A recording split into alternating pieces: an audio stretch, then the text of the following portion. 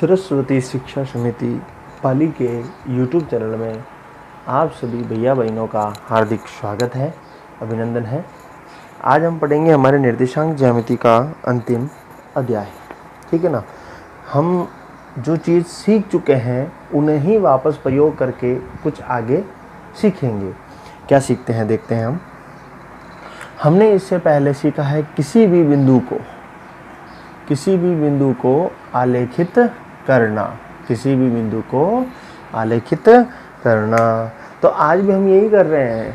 हम यहाँ किसी बिंदु यानी कि बिंदु दिया हुआ 1, 2, x का निर्देशांक 1 और y का 2, जिसे हमें क्या करना है, आलेखित करना है इस आलेख में, इस कार्तीय तल में। करते हैं, इसे देखते हैं, इसे समझते हैं कैसे करेंगे। वैसे हम सारी चीज़ कर चुके हैं, नया चीज़ कुछ नहीं है। भैया जी आज क्या सिखाएंगे देखो यहाँ। तो मैं सबसे पहले क्या करता हूँ, यहाँ बिंदु दर्शा देता हूँ। चलो ये हो गया 0, 1, 2, 3, ये हो गया x अक्ष पे। ठीक है ना। फिर इसे कैसे y अक्ष पे 1, 2, 3। ठीक है ना भैया। तो इस तरीके से मैंने आलेख में इस तरफ भी दर्शाएंगे, इस तरफ भी दर्शाएंगे। लेकिन अभी अपने क्या काम यही आने वाला है, केवल ये पहला चतुर्थांश। मैंने आपको उस दिन बताया था जब दोनों प्लस के हो तो पहले चतुर्थांश में ही बिंदु दर्शाएंगे, इसलिए मैंने इसको यहाँ तक ही बनाया, यहाँ नहीं बनाया है। ठीक है, इसको समझो। अब आपने सीखा है पहले से ही, तो आपको कुछ सिखाने की आवश्यकता नहीं है। जब ये पहला बिंदु जो 1 है वो x का निर्देशांक है, तो ये रहा, यहाँ गोला लगा देंगे। फिर बिंदु इसके निर्देशांक y निर्देशांक जो है 2 पे है। कहाँ पे है? 2 पे। तो ये रहा बिंदु 2, ये गोले कर दिए। फिर मेरे समझाए अनुसार इन दोनों से आप क्या करोगे, एक रेखा खींचोगे। ये खींच ली भाई एक रेखा, ये लो भाई, ये बिंदु आ गया जिसे हम क्या देंगे 1 और 2। अब ये तो आपने पहले से सीख रखा है, इसमें नया क्या है, क्या है ऐसा जो मैंने अभी तक नहीं समझाया? कुछ आया समझ में? किसी को नहीं आया, क्योंकि बताया ही नहीं, तो आएगा कहाँ से? देखो भैया, सबसे पहले ये चीज़ ध्यान रखना, यहाँ 0 और 1 के बीच में जितना अंतर है उतना ही अंतर 1 और 2 के बीच में है, उतना ही अंतर 2 और 3 के बीच में। लेकिन हम यहाँ देखते हैं तो 0 और 1 के बीच में अंतर जो है वो ज़्यादा है। क्या है? ज़्यादा है। और 1 और 2 के बीच में कम है। फिर यहाँ पे देखो अंतर बढ़ गया। तो ये इस प्रकार से अंतर जो है बार बार कभी बढ़ रहा है कभी घट रहा है, असमान है, समान नहीं है। ठीक है ना। तो आज हम यही चीज़ें सीखेंगे। अभी जो मैंने यहाँ बिंदु दर्शाया है वो बिल्कुल क्या है, राइट है? गलत है। क्यों है गलत? क्योंकि यहाँ जो अक्षों पे जो आपने दूरियां ली हैं वो समान नहीं है। तो इसके लिए आपको एक नई चीज़ यहाँ पढ़नी पड़ेगी आज, पैमाना नाम की। क्या पढ़ना पड़ेगा? पैमाना। अब पैमाना क्या होता है? पैमाना इन अक्षों पर समान दूरियों पर या समान इकाइयों पर दूरी लेकर जो बिंदु दर्शाएंगे उनको हम यहाँ पैमाना कहेंगे। पैमाने के बारे में स्पष्ट परिभाषा मैं भी आपको नहीं बता पाऊंगा, क्योंकि इसकी स्पष्ट परिभाषा ना आप समझ पाओगे जो मैं आपको बताऊंगा। तो इससे अच्छा है अपन यहाँ प्रयोग रूप से यहाँ करके देखेंगे, तब आपको जल्दी से जल्दी समझ में आ जाएगा। ठीक है ना। तो ये क्या है देखते हैं हम, देखना ढंग से समझना इसको। हाँ, इन दोनों अक्षों पे, ये जो अक्ष हैं y और ये अक्ष, इन दोनों अक्षों पे समान एकक दूरी के अंतराल लेकर दर्शाए गए बिंदु ही क्या कहलाते हैं? पैमाने कहलाते हैं। अब वो कितनी दूरी के लेते हैं, 1 इकाई दूरी की लेते हैं या 2 इकाई दूरी की लेते हैं या 3 इकाई दूरी की लेते हैं, वो आप पे जो है डिपेंड करता है। ठीक है ना। देखते हैं क्या है। जैसे ये 1 सेंटीमीटर का नाप लेकर आपने बिंदु दिया 1, फिर इसी प्रकार से 1 सेंटीमीटर का अंतर लेके दूसरी एकक दूरी 2, ठीक इसी प्रकार से 1 सेंटीमीटर का अंतर लेके एकक दूरी 3। एक के अंतराल से दूरियां बढ़ती जाती हैं, उनको हम प्रदर्शित करते जाते हैं। ठीक इसी प्रकार से y अक्ष पर भी होगा। ये 1 इकाई दूरी पे 1, फिर एकक दूरी और लेते हैं तो 2, फिर एकक दूरी और लेते हैं तो 3। इस प्रकार से ये व्यवस्थित करना होता है। इसी को हम क्या कहते हैं? पैमाना। अब ये पैमाना होता कहाँ पे? दोनों पे, x अक्ष पर भी होता है और y अक्ष पर भी होता है। ये आपके अभी इतना इंपॉर्टेंट नहीं है, केवल आपको एक क्वेश्चन करना है इसलिए समझा रहा हूँ, थोड़ा समझेंगे। क्योंकि आप ये गलती नहीं कर दो कहीं कि यहाँ तो अंतराल 1 ले रहे हो और यहाँ जो है बहुत ज़्यादा ले लिया, इसलिए समझा रहा हूँ, बाकी इसकी कोई आवश्यकता भी नहीं है। जब हम ग्राफ करेंगे, जब हम आलेख खींचेंगे तो शायद इसकी आवश्यकता पड़ेगी। तो थोड़ा बहुत आपको यहाँ समझना है। एक्स अक्ष पर क्या होता है, 1 सेंटीमीटर बराबर 1 इकाई। भाई 1 इकाई की दूरी ली ना आपने, 1 इकाई अंतर लिया ना, इसलिए 1 सेंटीमीटर बराबर 1 इकाई।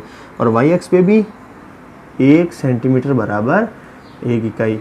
अब अगर आप ये कहते हो कि भैया जी ये क्या अलग अलग ले सकते हैं, बिल्कुल ले सकते हो। कैसे? यहाँ आपने 1-1 की दूरी ली है, यहाँ आप 2-2 की ले सकते हो, यानी कि यहाँ पे आप 2 लिख सकते हो, फिर 2 का अंतराल 4 होता है, फिर 2 का अंतर 6 होता है। तो इसको आप क्या लिखोगे, 1 सेंटीमीटर बराबर 2 इकाई। ठीक है ना, ये ध्यान रखना, ये थोड़ा ध्यान रखना। 1 2 3, ठीक है। अब इनको समझने के लिए हम एक ग्राफ देखेंगे। आपके सबके घर पे अभी ग्राफ कॉपी पड़ी है, उस ग्राफ को निकालना और ग्राफ को मैं यहाँ समझा रहा हूँ वैसे देखना। अभी थोड़ी देर बाद में समझाएंगे, पहले इसको क्लियर कर लेते हैं, ठीक है ना। तो इस प्रकार से ये मैंने पैमाना आपको बता दिया है। आपके लिए अभी तक यही पैमाना याद करने की आवश्यकता है, इससे ज़्यादा अभी आगे नहीं बढ़ना है, ठीक है ना। तो यहाँ देखते हैं हम, ये जो बिंदु दिया हुआ है 1 और 2, अब देखो समान दूरियों पे है, पैमाना हमने व्यवस्थित कर दिया है, बिल्कुल कर दिया है। तो अब x का 1 ये रहा, y का 2 ये रहा। अब आप जो बिंदु बनाएंगे वो बिल्कुल क्या होगा, सही होगा। ये जहाँ काट रहे हैं वो बिंदु हो जाएगा 1 और 2। अब हम कह देंगे जो ये बिंदु आया है, ये बिंदु राइट है। यहाँ तक आया समझ में, क्लियर? ठीक है। आगे तक आपको मैंने जो समझाया है उसी का प्रयोग करना है। ये चीज़ आपके अभी आई नहीं है, मतलब ग्राफ अभी आपके आया नहीं है। ऐसा ग्राफ दिखता है, ये मैं आपको बताना चाहता हूँ यहाँ पे बोर्ड पे। और ये जो आपने पैमाना लिया है, ये एक एक दूरी कैसे है, ये 1 सेंटीमीटर क्या है वगैरह, यहाँ मैं आपको पूरा क्लियर कर देता हूँ। सबसे पहले आप देखना, आपके पास ग्राफ कॉपी है, तो मैंने अभी आपको थोड़ी देर पहले ही बोला था, ग्राफ कॉपी आपको पास में लेके बैठना है, उस ग्राफ के पेज को केवल देखना है। मैं यहाँ जो समझा रहा हूँ उसको करना कुछ नहीं है, ठीक है ना। ग्राफ में इस तरह से आपके लाइनें खींची हुई हैं, इनके बीच में भी लाइनें खींची हुई हैं, ठीक है ना, जो इस पूरे भाग को क्या करती है, आधा करती है। ठीक है, ऐसे ही उस बीच वाली लाइन के अलावा आधी इधर और आधी इधर लाइनें भी और होती हैं।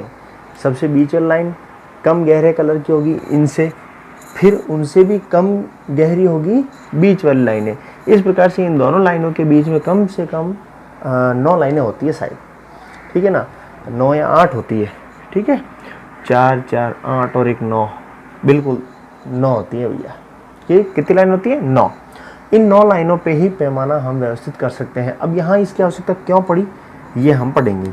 सबसे पहले हम देखते हैं, ये बिंदु है 0, ये 1, ये 2, ये 3, इसी प्रकार से इधर भी 1 2 और ये 3। ये जो दूरी है ना इस खाने की, ये कितनी है, 1 सेंटीमीटर।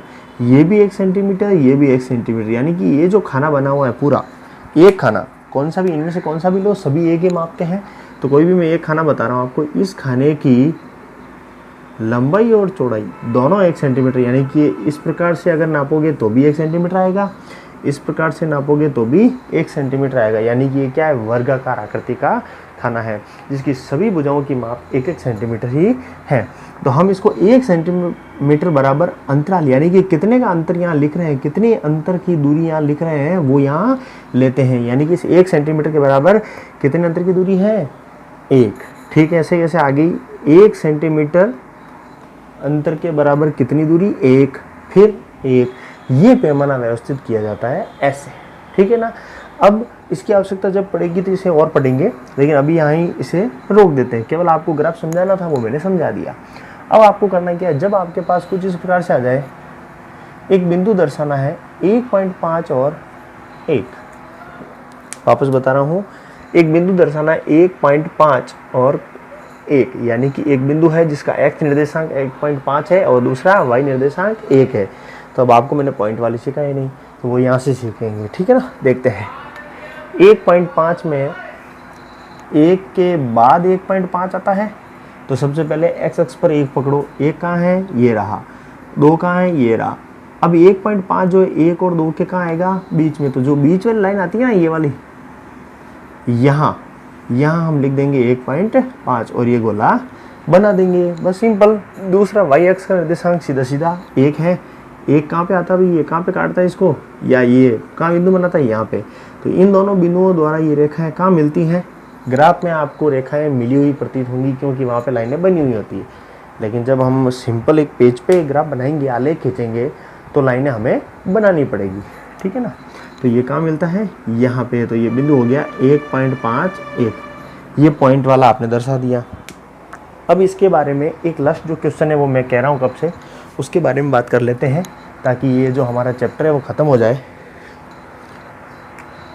एक आपको क्वेश्चन दे रखा होगा, पैमाना 1 सेंटीमीटर बराबर 1 एकक इकाई लेकर निम्न बिंदुओं को आलेखित कीजिए। निम्न बिंदु कौन से, देखना। इस प्रकार से आपको एक बॉक्स मिलेगा, ये वाला, ठीक है।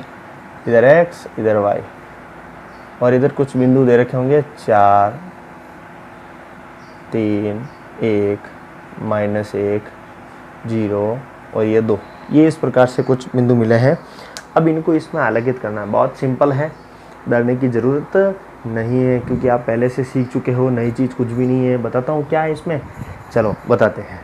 इसमें आपको ये जो बिंदु दे रखा है ना, ये ऊपर वाले, ये सारे x के निर्देशांक है, इस अक्ष पे आने वाले, और ये y में जो दे रखे हैं वो सारे इस y अक्ष पे आने वाले निर्देशांक है। अब आपको मैंने क्या सिखाया था, किसी बिंदु को आलेखित करना। तो ये बिंदु ही तो है, बस एक बॉक्स में लिखे हुए हैं, डरने की क्या आवश्यकता है।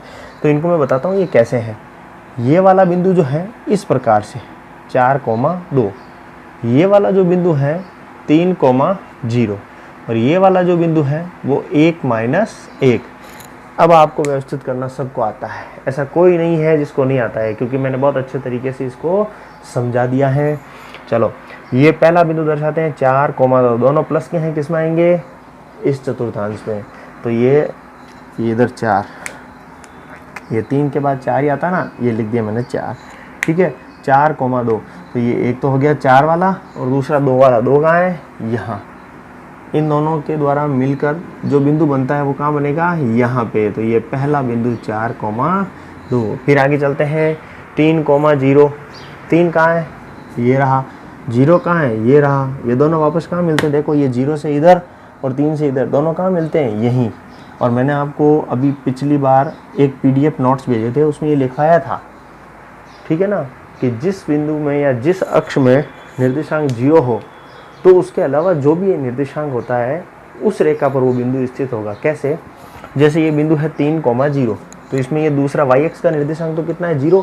तो यानी कि y अक्ष पे तो कोई बिंदु बनेगा ही नहीं।